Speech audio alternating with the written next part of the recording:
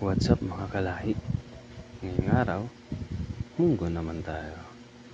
Isang kutsara chili garlic nagawa natin.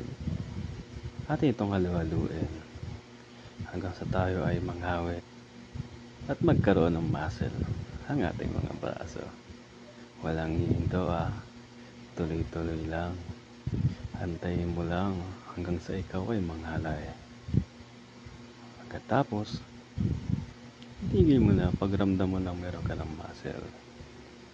Ngayon, subukan naman natin. Unang subok. Aray ko po. Pero hindi yan. Sarap yan eh. Ito nga pala munggo ay gamot sa may taong may rayuma. At syempre, sa may mga gout, pampalakas to ng tuhod. Tandaan nyo yan Hindi, joke lang. Ayon sa mga eksperto, mayaman ito sa protina, fiber, at syempre, panlaban sa cancer.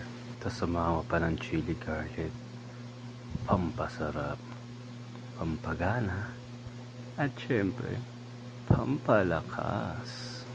Sa mga mahilig sa maanghang, huwag kakalimutan, dagdagan ng chili garlic ang bawat pagkain na iyong kakain.